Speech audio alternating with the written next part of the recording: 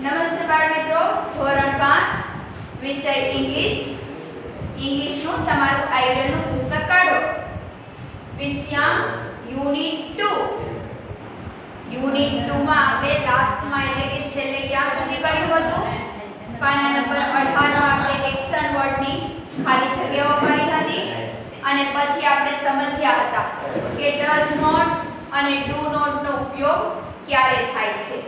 તો જુઓ, આપણે લાસ્ટમાં એક સમજ્યા હતા કે જ્યારે આઈ, યુ, વી અને ધે હોય ત્યારે શેનો ઉપયોગ થાય છે?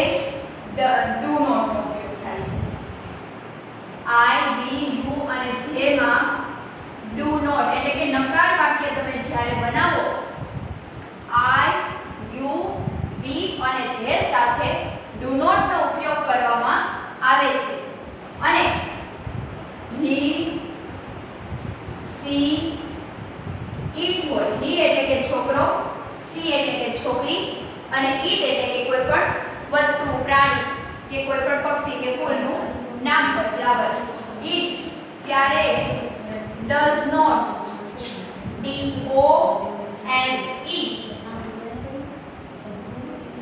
D-O-E-S, does not, sorry, does not, D-O-E-S-N-O-T, does not. I, you, we અને they માં do not નો ઉપયોગ થાય છે અને he, she, it માં does not નો ઉપયોગ કરવામાં આવે છે. તમે આ ખાસ સમજી લેશો ને, પછી તમારે કોઈ પણ નકાર વાક્ય બનાવવા હશે તો દરેક તમને આવડશે. તમારે મેં ના સમજી લેવાનું છે કે I, you, we અને they માં do not વપરાય છે, જ્યારે he, she, it માં does not વપરાય છે. તો હવે એના આપણે નીચે ઉદાહરણો છે, વાક્યો આપેલા છે એ જોઈશું. નંબર 5, પ્રશ્ન નંબર 5 જુઓ.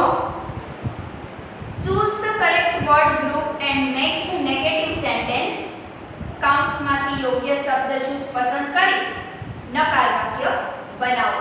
તમને એક ઉદાહરણ પણ આપેલું છે કે લખેલું છે, જો મનોજ વોચિસ ટીવી, કે મનોજ ટીવી જોવે છે. તો હવે એને આપણે નકારાત્મક વાક્યમાં ફેરવવું હોય તો કેવી રીતે ફેરવીશું? તો મનોજ છે એ શું છે? છોકરો છે, એટલે કે હી છે. તો હી સાથે શું વપરાશે? Does not. તો પહેલા મનોજ જે નામ લખેલું છે, મનોજ તો લખવાનું જ છે, મનોજ, પછી લખવાનું does not, Manoj does not, પછી વોચિસ ટીવી એ લખીને વાક્ય પૂર્ણ કરવાનું. નામ પછી નામ હોય કે પછી આઈ, યુ, વી, ધે જે શબ્દ આપેલો હોય એના પછી ડુ નોટ અથવા ડઝ નોટ નો ઉપયોગ કરી પછી પાછળનું વાક્ય પૂર્ણ કરવામાં આવે છે. પછી નીચે છે આઈ એન્જોય મ્યુઝિક, કે હું સંગીતનો આનંદ માણું છું. તો આઈ છે, પહેલો શબ્દ શું છે? આઈ. તો આઈ માં શું વપરાય છે? Do not. તો લખવાનું આઈ પછી ડુ નોટ નો ઉપયોગ કરવાનો. આઈ હોય, યુ, વી, ધે, જેમ કે હી, સી, ઈટ હોય પછી ડઝ નોટ. તો આઈ પછી લખવાનું ડુ નોટ, પછીનું વાક્ય પૂર્ણ કરવાનું enjoy music. I do not enjoy music, કે હું સંગીત સાંભળતો નથી. બરાબર? તો હવે નીચે વાક્યો આપેલા છે તમને, એ આપણે વાક્યોને કરીશું. હું અહીંયા પ્રશ્ન નહીં લખું, સીધો જવાબ લખીશ. વાક્ય તમારું આઈડિયલના પુસ્તકમાં આપેલું છે, તમારે નીચે જવાબ લખવાના છે અને જેને અગાઉથી જવાબ લખી નાખેલા છે, આઈડિયલમાં પૂરી નાખેલા છે, એને નોટબુકમાં પ્રશ્ન અને જવાબ બંને ફરીથી લખવાના છે. બરાબર? બાકી તમારે આઈડિયલના પુસ્તકમાં કરવાનું છે, મારી જોડે કરવાનું નથી. અત્યારે તમારે સમજવાનું છે અને પછી પ્રશ્નના જવાબ લખવાના છે. યુ પ્લે ફૂટબોલ, કે તમે ફૂટબોલ રમો છો. તો હવે એને આપણે નકારાત્મક વાક્ય બનાવવું છે, નકાર વાક્યમાં ફેરવવું છે. તો શું લખીશું? પહેલા યુ લખવું છે તો યુ તો લખવાનું યુ. હવે યુ સાથે શું વપરાય? તમે આ પાકું કરેલું હશે તો તમને આવડશે. યુ સાથે વપરાય છે ડુ નોટ. તો લખવાનું યુ પછી ડુ નોટ, પછી શું લખેલું છે?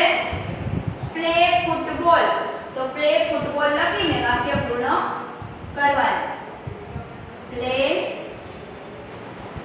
Football. You do not play football, કે તમે ફૂટબોલ રમતા નથી.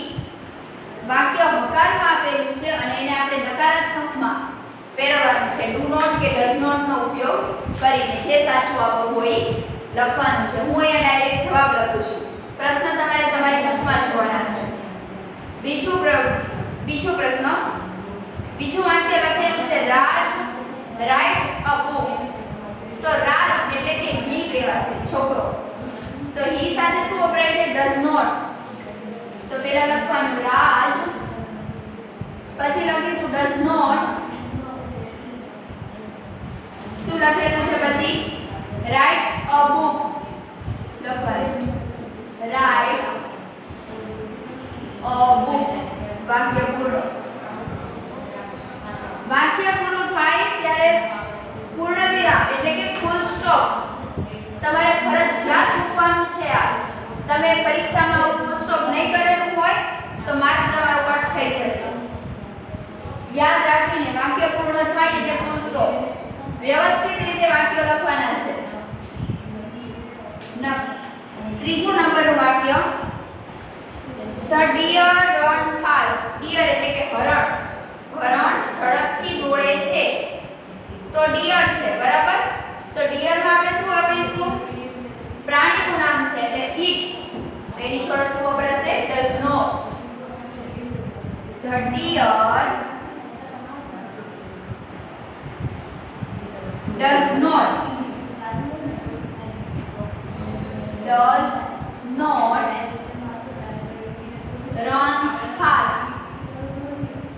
runs fast. કે હરણ ઝડપથી દોડતું નથી.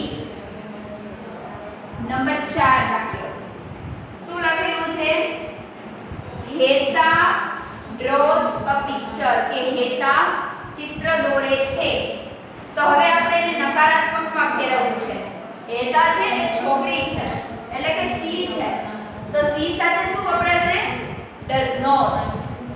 તો લખવાનું પહેલા અહીંયા હેતા નામ લખવાનું. હેતા does not draws a picture, કે હેતા ચિત્ર દોરતી નથી.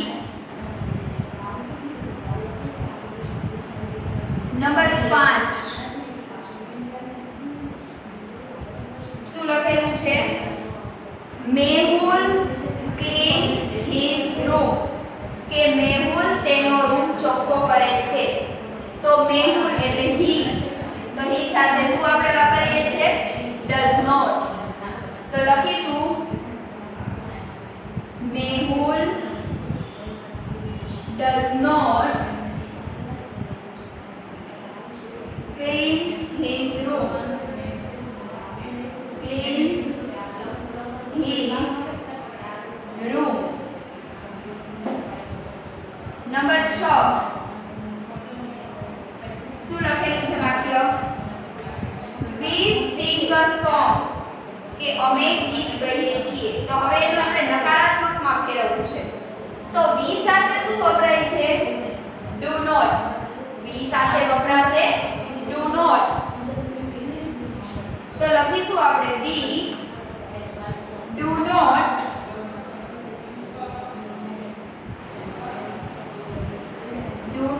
sing a song, કે અમે ગીતો ગાતા નથી. નંબર 7 શું લખેલું છે? she drinks juice, કે તેણી જ્યુસ પીવે છે. તો સી સાથે વપરાશે does not. તો લખીશું she does not drinks juice.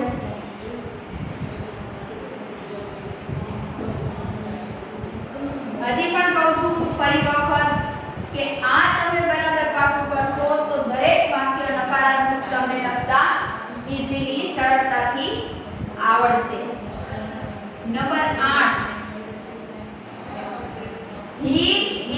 bananas. He જોડે શું વપરાશે? does not. He does not eat bananas. કે તે કેળા ખાતો નથી. He does not આપણે મૂકી દઈએ એટલે નકારાત્મક વાક્ય બની ગયું. not એટલે કે નહીં. કે પહેલા એમ લખેલું હતું he eats bananas કે તે કેળા ખાય છે. તો he does not eat bananas. પૂર્ણ વિરામ. Number 9. The cat sit on the chair. cat એટલે બિલાડી. બિલાડી શું છે? એક પ્રાણી છે. તો ઈટ પ્રાણીમાં આપણે ઈટ વાપરીએ છીએ. તો ઈટમાં આવશે does not. તો પહેલા લખવાનું the cat does not.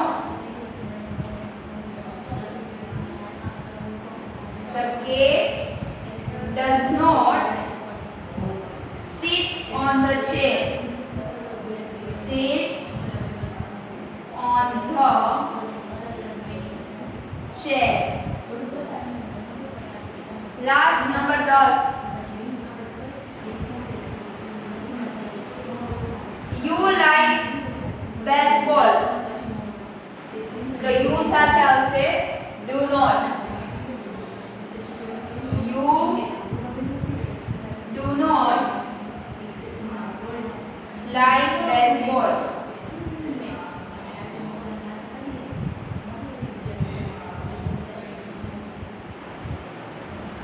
બરાબર? ખ્યાલ આવ્યો દરેકને? યસ. તો હવે પાનું ફેરવજો. પાના નંબર 20. કોઈ પણ વ્યક્તિ, પ્રાણી કે પક્ષી કઈ ક્રિયા કરી રહ્યું છે તે જાણવા માટે is વડે પ્રશ્ન પૂછવામાં આવે છે. કોઈ પણ પ્રાણી હોય, પક્ષી હોય તે કઈ પણ ક્રિયા કરતું હોય, ક્રિયા દર્શાવતું હોય ત્યારે તેને is વડે પ્રશ્ન પૂછવામાં આવે છે. is વડે. નીચે ઉદાહરણ આપેલું છે જુઓ. is he running? કે શું તે દોડે છે? તો આ ચિત્ર જુઓ તો દોડે છે આમાં છોકરો? યસ. તો એને ટૂંકમાં જવાબ તમે શું આપશો? Yes he is. કે હા તે છે એટલે કે તે દોડે છે. આપણે ટૂંકમાં જવાબ આપ્યો. પછી લખેલું છે is he running? કે શું તે દોડે છે? તો આ ચિત્રમાં દોડે છે? નો, નથી દોડતો. તો અહીંયા તમને કાઉન્સમાં નો વાળું વાક્ય ક્યાં આપેલું છે? અહીંયા કે no he isn't. not નું ટૂંકું રૂપ છે is not નું ટૂંકું રૂપ છે isn't. કે આપણે તમે લખો no it is not. હા કે no he is not. તો no he is અને not નું ટૂંકું રૂપ isn't. કે no he isn't તમને કાઉન્સમાં ઓલરેડી આપેલું જ છે. તો હવે આપણે નંબર પ્રશ્ન 6 કરીશું. પાના નંબર 20. પ્રશ્ન નંબર 6. તમારે આઈડિયલમાં જ લખવાનું છે. Look at the pictures, read the questions and choose the correct option from the brackets. ચિત્ર જોઈ પ્રશ્ન વાંચો અને કૌંસમાંથી યોગ્ય ઉત્તર પસંદ કરીને લખો. તમારે ચિત્ર તમારા બુકમાં પુસ્તકમાં જોવાના છે આઈડિયલના. જવાબ પ્રશ્નમણીમાં જોવાના છે અને એનો જવાબ હું અહીંયા લખીશ. તો જુઓ પહેલું ચિત્ર કે શું કરે છે છોકરો? કૂદે છે? યસ. તો હવે નીચે પ્રશ્ન વાંચો. he is jumping. કે શું તે કૂદે છે? તો કૂદે ઠેકડો મારે છે ને? યસ. તો આ પ્રશ્ન સાચો છે. તો આપણે યસ વાળવામાં તમે હવે કાઉન્સમાં ગોતો તો યસ વાળો જવાબ ક્યાં આપેલો છે? અહીંયા યસ વાળું છે, પછી અહીંયા નો વાળું છે. તો નો વાળો તો આન્સર નહીં આવે. તો હવે અહીંયા લખેલું છે ને યસ he is. તો હું સીધો અહીંયા જવાબ લખું છું. પ્રશ્ન તમારે બુકમાં જોવાનો છે. યસ he is કે હા તે છે એટલે કે તે કૂદે છે. પછી નંબર 2.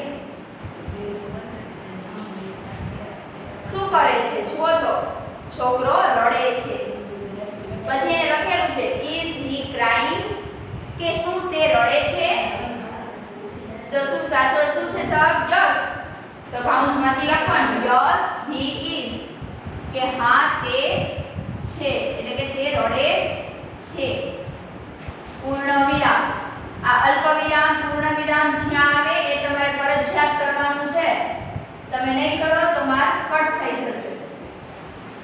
નંબર 3 ચિત્ર જુઓ કે હી ઇઝ હી ઈટિંગ, શું તે ખાય છે?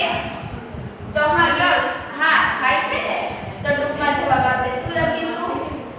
યસ હી ઇઝ, કે હા તે છે, કે તે ખાય છે.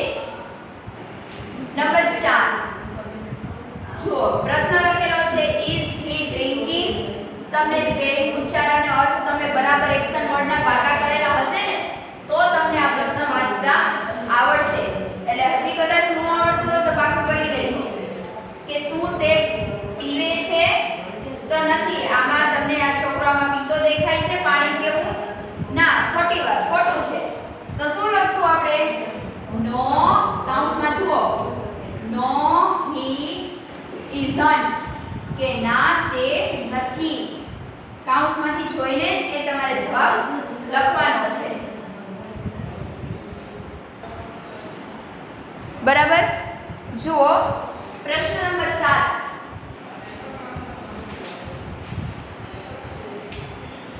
Give details about your daily routine. એટલે કે તમારી દિનચર્યા વિશે માહિતી આપો. આમાં ખાલી જગ્યાઓ લખવાની છે. હું અહીંયા ડાયરેક્ટ ખાલી જગ્યાનો જવાબ લખીશ. ખાલી જગ્યા તમારે તમારી બુકમાં વાંચવાની છે. હું વાંચું ત્યારે તમારું ધ્યાન આંગળી ફેરવીને બુકમાં હોવું જોઈએ. પહેલી ખાલી જગ્યા I get up.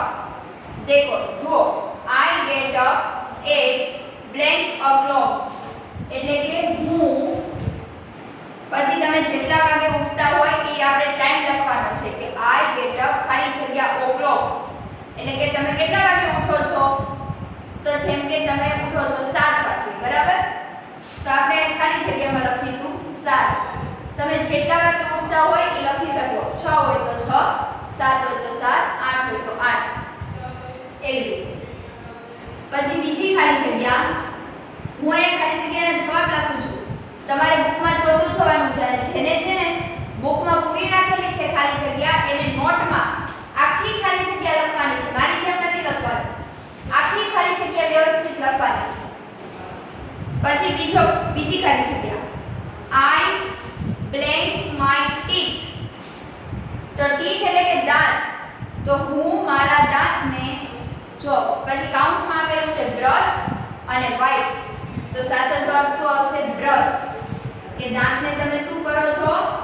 Brush. I brush my teeth, કે હું મારા દાંતને બ્રશથી સાફ કરું છું.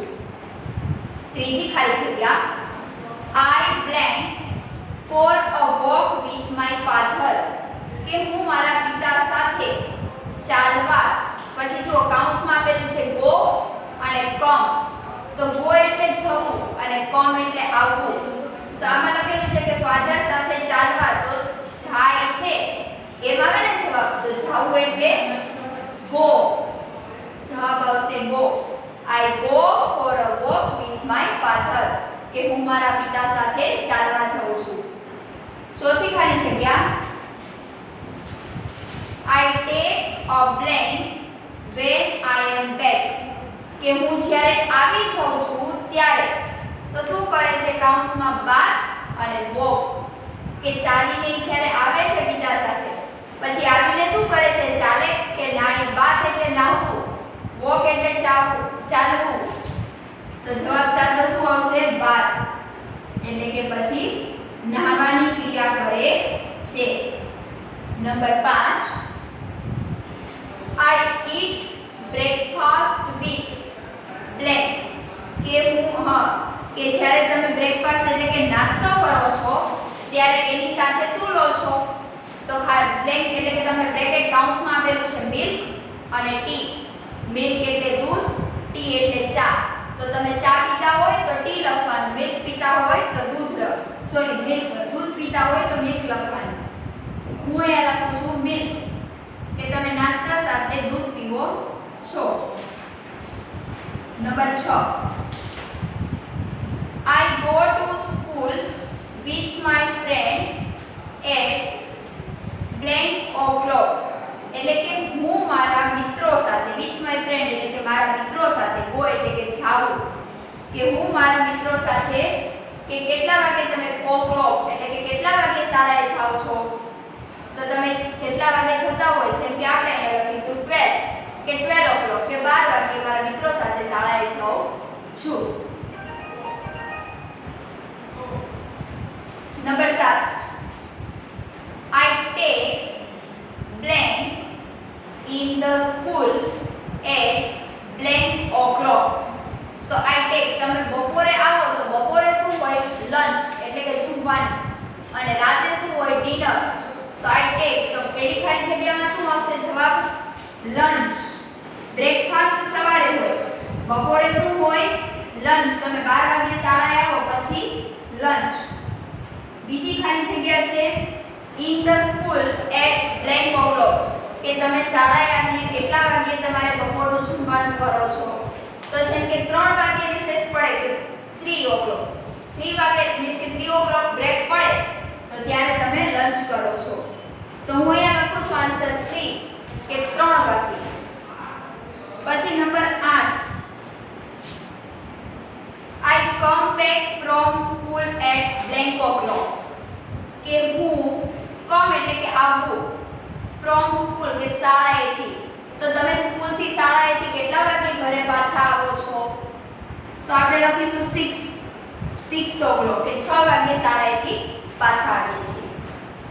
પછી number 9, I take blank at blank o'clock એટલે કે પેલી જો તમને કાઉન્સમાં આપેલું છે લંચ અને ડિનર.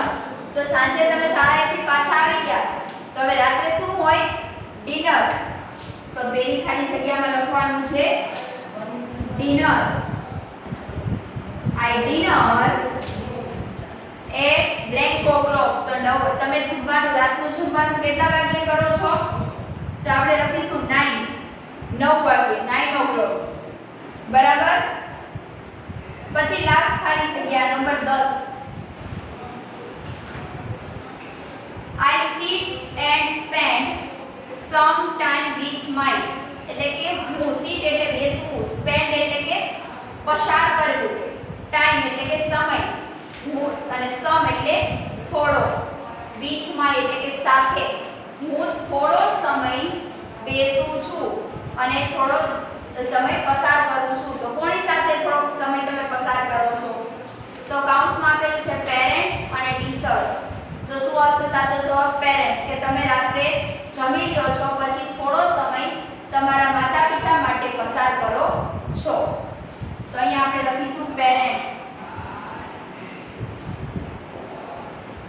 બરાબર. તો અહીંયા આપણી આ ખાલી જગ્યા પૂર્ણ થાય છે અને જોડે જોડે આ પાર્ટ 2 પણ આપણો પ્રકરણ 2 યુનિટ 2 પણ કમ્પ્લીટ થાય છે. તો તમારે હોમવર્કમાં આઈડિયલના પુસ્તકમાં પાના નંબર 19 અને પાના નંબર 19 અને 20 બંને પૂર્ણ કરવાનું છે. ઓકે. અને જોડે જોડે પાકું પણ કરવાનું છે. ઓકે. Bye bye.